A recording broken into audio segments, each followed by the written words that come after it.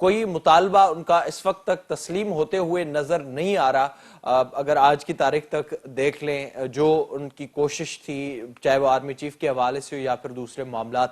تو آپ کیا سمجھتے ہیں کہ کیا اب خان صاحب سمجھ چکے ہیں کہ کس طرح سے اس ملک میں سیاست کرنی ہے, اور جو بیساکھیاں ان کے پاس تھیں اور جن کی وہ مدد حاصل کیا کرتے تھے, اب ان کو اس چیز کا پتہ چل چکا ہے کہ اب خود ہی سیاست کرنی ہے, یا پھر آپ سمجھتے ہیں کہ اب بھی کہیں نہ کہیں سے خان صاحب کی وہی کوشش ہوگی اور وہی پرانا جو طرز سیاست تھا اسی کو ہی جاری رکھیں گے؟ شاہین صاحب. دیکھیے میرا ایسا جو یہ آئے تھے عمران خان, یہ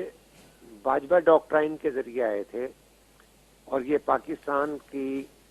تاریخ کی ایک بدقسمتی کی وہ حقیقت ہے جس سے انکار نہیں کیا جا سکتا. اگرچہ جو ہے جنرل باجوہ نے یوم شہداء والے دن جو تقاریر کی ہیں اس میں کاش وہ صداقت اور سچائی اور جرت کے ساتھ پاکستان کی مسلح افواج کے ان نوجوان قیادت نے جنہوں نے اگلے 10 سال تک ملک کے اس اعلیٰ ادارے کی باغ دوڑ سنبھالنی ہے, اس پہ سچائی کے ساتھ بات کرتے تاکہ یہ ادارہ سیاست سے پاک ہو کے اپنی پروفیشنل یارڈ سٹک کے اوپر چلا جاتا تو انٹلیکچوئل آنیسٹی ہوتی. لیکن وہ بھی گول مول سیاسی باتیں کر کے باجوہ صاحب. اسی طرح سے عمران خان جو ہیں وہ ایک تلاش میں رہے تھرو آؤٹ کہ کہیں سے انہیں کوئی فیوریبل جو ہے انٹری اور ایگزٹ وغیرہ جو ہے مل جائیں گی, کہ جس کے لیے سیچوریشن پوائنٹ آ چکا ہوا ہے کہ پاکستان کا ادارہ, اور یہ ہمیں ٹرسٹ کرنا چاہیے کہ جنرل باجوہ کہہ چکے ہیں کہ فروری میں تمام جو قیادت ہے اور نوجوان لوگ ہیں اور فکری طور پر یہ طے کر چکے ہیں کہ پاکستان کا ملٹری انسٹیٹیوشن آئندہ پالیٹکس سے باہر رہے گا, اور یہ بڑی خوشائن بات ہے جسے بہت سپورٹ کیا جانا چاہیے. اور پھر یہی کہوں گا کہ کاش اس کو انٹلیکچوئل آنیسٹی اس میں ہوتی تو عمران خان کے پاس کوئی خواہش نہ رہتی کہ کسی طرف سے لاٹری نکل آئے گی, کیونکہ یہ جو سارا کچھ ہو رہا ہے انہوں نے کافی گند ڈالا, اور جو ہے آرمی چیف اور چیئرمین جوائنٹ چیف کے لیے اتنا کچھ کل تک ہو رہا تھا کہ میں آئینی دائرے میں کھیلوں گا, اور فیس سیونگ کے لیے جہاز دوڑائے جا رہے تھے, اور وہی صدر مملکت صاحب جو ایک پارلیمنٹ کو ڈپٹی سپیکر کے کہنے پر توڑ دیتے ہیں 25-30 منٹ میں, وہ کس طرح کے طرز عمل کو کر رہے تھے. خدا را یہ جو ہے چیز دیکھنی چاہیے عمران خان کو کہ عمران خان جو ہیں بہت لاڈ کما چکے ہیں, ان کو بہت لاڈ ملا, بہت فیور ملی, اور اب اس کا خاتمہ ہو جانا چاہیے. اور ابھی بھی میں یہ سمجھتا ہوں کہ عمران خان کے ساتھ جو طرز عمل ہے وہ فیوریبل ہے, جو کہ غلط ہے, کیونکہ انہوں نے یہ کل اتنی بڑی بات کہہ دی کہ اگر نواز شریف کا منتخب جو ہے آرمی چیف آئے گا تو وہ پہلے دن ہی متنازع ہو جائے گا. خدارہ انہیں دیکھنا چاہیے کہ وہ ابھی ایک آغاز کل ہو رہا ہے, اور سینئرٹی کی بنیاد پر ایک نئے آرمی چیف کو جو ہے وہ لگایا گیا ہے, اور جناب وہ کہہ رہے ہیں کہ جی ان کا رویہ اتنا غیر حقیقت پسندانہ اور اتنا سبجیکٹو ہے کہ جی وہ اس بنیاد پر کہ کیونکہ نواز شریف نے کہا ہے تو وہ آدمی ہمارا آرمی چیف جو ہے وہ پہلے دن ہی متنازع ہو جائے گا, تو انہیں کوئی گھبراہٹ نہیں ہوتی کہ وہ جسے مرضی چیلنج کر دیتے ہیں. اس کی وجہ غالباً یہ ہے کہ آج بھی کسی نہ کسی طور پہ لاڈ جو ہے وہ دکھائی دے رہا ہے, اور ظاہر وہ ان چیزوں کے عادی بھی بن چکے ہیں جس کی ریفلیکشن ہمیں اب تک نظر آ رہی ہے. بالکل شاہین صاحب. آپ صدیق صاحب آپ بتائیے گا جو اس وقت صورتحال ہم دیکھ رہے ہیں خان صاحب کے حوالے سے, جو ایک پورا ایپیسوڈ ہم نے دیکھا, باجوہ صاحب نے اس کا ذکر کر دیا کہ انہوں نے سیاست سے الگ کر دیا ہے گزشتہ سال فروری میں. اب آپ کیا سمجھتے ہیں اس وقت جو صورتحال ہے, کیا جو سیاسی جماعتیں ہیں ان کی جو عادتیں خراب کی ہوئی ہیں سالوں سے, اور مسلسل ہم دیکھ رہے ہیں کس طرح سے معاملات چل رہے ہیں، تو ان کی طرف سے کوئی سنجیدگی آپ کو اسلام آباد میں نظر آ رہی ہے کہ کس طرح سے آگے ملک کو چلانا ہے، کس طرح سے اپنا جو کھویا ہوا اسپیس ہے وہ حاصل کرنا ہے سیاستدانوں نے؟ بالکل، دیکھیے، army chief general Qamar Javed Bajwa نے فوجی سربراہ کے طور پر ماضی میں ہونے والی اپنی غلطیوں کا کھلے دل سے اعتراف کیا ہے، اور اب سیاستدانوں سے بھی کہا کہ وہ بھی اپنی غلطیوں کا اعتراف کریں۔ اب پولیٹیکل پارٹیز کے اوپر یہ ذمہ داری عائد ہوتی ہے کہ وہ اس چیز کو نہ صرف سنجیدہ لیں بلکہ وہ اس چیز کو سمجھیں، کیونکہ ابھی بھی بہت سے لوگ کہہ رہے ہیں کہ فوج نے صرف اعلان کیا ہے سیاست سے الگ ہونے کا، لیکن کر سارا کچھ فوج ہی رہی ہے، جبکہ فوج بار بار کہہ رہی ہے کہ ہم بھائی غیر سیاسی ہو گئے ہیں اور اس بات پہ آپ لوگ یقین کریں۔ اب ہو سکتا ہے اس کے اوپر یقین کرنے میں کچھ وقت لگے، لیکن چونکہ ہم ادھر دارالحکومت میں موجود ہیں، ہمیں بھی یہ چیزیں محسوس ہوتی ہے کہ فوج اب اس معاملے میں یا ہماری جو اسٹیبلشمنٹ ہے وہ اس میں عمل دخل کوئی نہیں کر رہی۔ اگر کر رہی ہوتی تو پھر رانا ثناء اللہ آج اتنی بڑی آفر نہ کرتا عمران خان کو ڈائلاگ کی۔ خود تحریک انصاف کے جو لوگ ہیں وہ ان کی اکثریت پارلیمنٹ میں واپس آنا چاہتی ہے۔ آج بھی میں پارلیمنٹ ہاؤس میں گیا تو بہت سے ان کے جو لوگ ہیں، سینیٹرز ہیں یا ایون کے جو ان کے منحرف اراکین ہیں، ان کے ساتھ پی ٹی آئی کے اپنے لوگ جو ہیں وہ رابطے میں ہیں۔ اور پھر دوسری بات سنیں کہ پی ٹی آئی کے جن ایم این اے نے استعفیٰ دیا ہوا ہے، وہ جو سرکاری لاجز ہوتی ہے، رہائش گاہیں ہوتی ہے، ابھی تک وہ ان پہ قابض ہیں، بشمول منسٹر کالونی میں جو ایک پارلیمنٹ لاج ہے وہ فواد چودھری میں رکھا ہوا ہے، بیگم صاحبہ کے ساتھ وہاں پہ رہتے ہیں۔ تو یہ تو یعنی دل تو ان کا کرتا ہے کہ ہم واپس آئیں، لیکن عمران خان کی وجہ سے، اس کے ڈر کی وجہ سے وہ نہیں آتے۔ اب جواب، اب یہ جو ہے نا، کل عمران خان اگر جلسہ کرتے، تقریر کرتے ہیں تو وہ کیا جواب دیتے ہیں، ان کا رد عمل کیا ہوتا ہے؟ ایک چیز تو طے ہو گئی نا، میں نے آپ کے پروگرام میں پہلے بھی کہا تھا کہ دیکھیے بات یہ ہے کہ عمران خان جس مقصد کے لیے آ رہے ہیں وہ مقصد اب وہ حل وہ پورا نہیں کر سکتے، وہ چیز نکل گئی۔ ایک اپوائنٹمنٹ، ایک تقرری ہونی تھی، جو سینیارٹی میں پہلے نمبر اور دوسرے نمبر پر تھے، نواز شریف کی بات سنی گئی، مانی گئی، وہ انہوں نے لگا دیے، ٹھیک ہے۔ اب وہ عمران خان کو پسند ہے نہیں پسند ہے، ایک عدالت جاتی فیصلہ ہے، اس کو ایکسیپٹ کیا گیا آئین اور قانون کے مطابق۔ تو وہ خان صاحب کے جو جس چکر میں آئے تھے وہ تو اب پورا ہونا نہیں، اب وہ ڈرامہ کریں گے، راگ لاپیں گے الیکشن کا کہ مجھے الیکشن کی ڈیٹ دو۔ اب الیکشن کی ڈیٹ نہ فوج نے دینی ہے نہ آئی ایس آئی نے دینی ہے، سیدھی سی بات ہے۔ الیکشن کی ڈیٹ کے لیے ان کو بیٹھنا پڑے گا حکومت وقت کے ساتھ، ان سے بیٹھیں، مذاکرات کریں۔ ہاں، الیکشن کو شفاف بنانے کے لیے انتخابی اصلاحات کا معاملہ ہے، یہ پھر کہہ رہے ہیں چیف الیکشن کمشنر کو تبدیل کرنا ہے، حالانکہ آئینی طور پر وہ تبدیل نہیں ہو سکتا، اس کے لیے آپ کو 209 کی کاروائی شروع کرنی پڑے گی، سپریم جوڈیشل کونسل جانا ہوگا۔ نہیں، اس پر ظاہر جو آپ کہہ رہے ہیں کہ ظاہر ٹیبل پر آنا ہوگا اور بالآخر جو مطالبات ہیں حل وہیں سے ہی ہونے ہیں، تو صدیق صاحب یہ بتائیے گا، اسحاق ڈار صاحب اور عارف علوی صاحب کی جو ملاقات ہوئی تھی اس کو اہم کہا جا رہا ہے، اور اس میں کوئی اس حوالے سے چیزیں سامنے آئی ہیں کہ مذاکرات ہو سکتے ہیں، جیسے آج رانا ثناء اللہ صاحب نے ذکر کیا، اب کل خواجہ آصف صاحب نے بھی کسی پروگرام میں اس کا ذکر کیا تھا، تو پی ٹی آئی کی جانب سے بھی اب یہ پیش رفت ہوتی ہوئی آپ کو نظر آ رہی ہے؟ کل جو ملا ہے جا کے عارف علوی عمران خان سے، تو عمران خان کی ٹون بھی میری اطلاع کے مطابق بدلی ہوئی تھی۔ اب عمران خان بھی فیس سیونگ مانگ رہا ہے، پہلے وہ عارف علوی کو اس طرح ٹریٹ نہیں کرتا تھا، کل اس نے باقاعدہ اس کو پریزیڈنٹ کا پروٹوکول دیا، تو وہ تو زخمی نہ ہوتا تو ہو سکتا اس کو چھوڑنے بھی آتا، ادروائز تو وہ اس کو لفٹ نہیں کراتا تھا، کیونکہ پریزیڈنٹ کے ذریعے وہ پہلے ہی مختلف حلقوں سے رابطے میں تھا، بات چیت پہ تھا۔ اور ابھی پریزیڈنٹ کے ساتھ جو آپ نے اسحاق ڈار کی بات کی، اسحاق ڈار نے پریزیڈنٹ سے بات بالکل کی تھی، اور انہوں نے کہا تھا کہ سب سے پہلے تو ہم یہ جو چارٹر آف اکانومی کریں، میثاق معیشت جس کی ہم کہتے ہیں، کہ پہلے ہم یہ کریں، ایک ماحول بنائیں جس کو ہم کہتے ہیں C B M, confidence building measures, کہ پہلے ہم اعتماد کی بحالی کے اقدامات بنائیں۔ پھر اسحاق ڈار نے یہ تجویز دی تھی کہ 4 یا 5 بندے آپ دے دیں، 4-5 بندے ہمارے ہو جائیں گے، میں اس کو ہیڈ کروں گا، یہ انہوں نے کہا کہ میں اس کمیٹی کو ہیڈ کر لیتا ہوں, 4-5 بندے ہم بیٹھ جاتے ہیں, ہم بیٹھ کے تمام ایشوز کے اوپر جو ہے وہ بات کر لیتے ہیں, کیونکہ اب حکومت کو بھی معلوم ہو گیا ہے کہ ابھی جو کچھ بھی کرنا ہے ہم نے خود ہی کرنا ہے. نقصان دیکھیے عمران خان کا ہو رہا ہے, عمران خان کو بات سمجھ نہیں آ رہی. اپوزیشن کا جو رول ہے, اپوزیشن لیڈر کا, وہ صرف یہ نہیں کہ آپ احتجاج کریں, جلسے کریں, جلوس کریں, ٹھیک ہے عوامی حمایت اس کے پاس ہے, اس میں کوئی شک نہیں, وہ تو دعوے کر رہا ہے کہ میں حکومت میں آ جاؤں گا سارا کچھ, لیکن حکومت میں آنے کے لیے جو بنیادی چیزیں ہیں اس کو تو آپ کو حکومت وقت ظاہر کے اس ساتھ کے لیے آپ آنا ہوگا, حکومت وقت سے بات بھی کرنی ہوگی. شاہین صاحب آپ یہ بتائیے گا, ظاہر ایک جو